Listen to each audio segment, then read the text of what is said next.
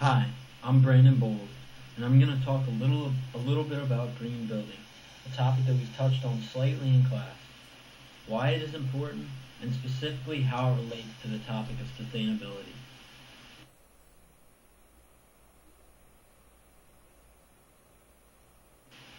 Sustainability is essentially the principle that everything we need for our survival and well-being depends either directly or indirectly on our natural environment, and as stewards of the earth, we have a responsibility to manage the resources and our environment wisely. Green building is directly related to the management and use of our resources.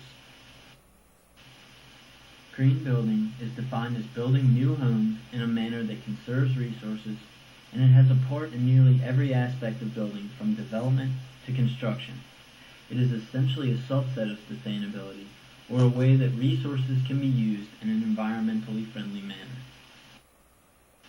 Green building is a broad topic based on the fact that a structure should be environmentally responsible and resource efficient throughout its life cycle. Thus, there are many building practices that can be put in place to make a building more environmentally friendly.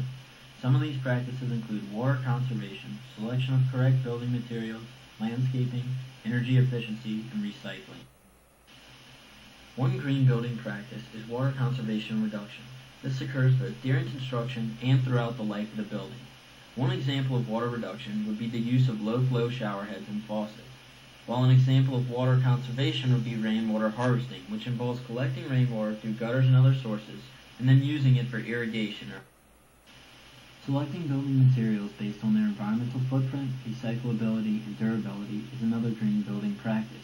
The builder wants to choose materials that have a relatively small environmental footprint, but ones that are still durable enough to handle the stresses that go along with supporting a structure for an indefinite amount of time, while at the same time keeping costs to a minimum.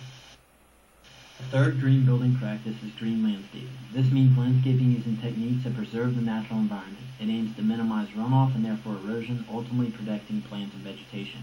Green landscaping also avoids the use of paved surfaces. However, when they are necessary, a water reclamation system is often put in place to help return to the soil water that would have otherwise been lost. Energy efficiency is another big green building practice. This involves both the systems and appliances within a building as well as the building itself.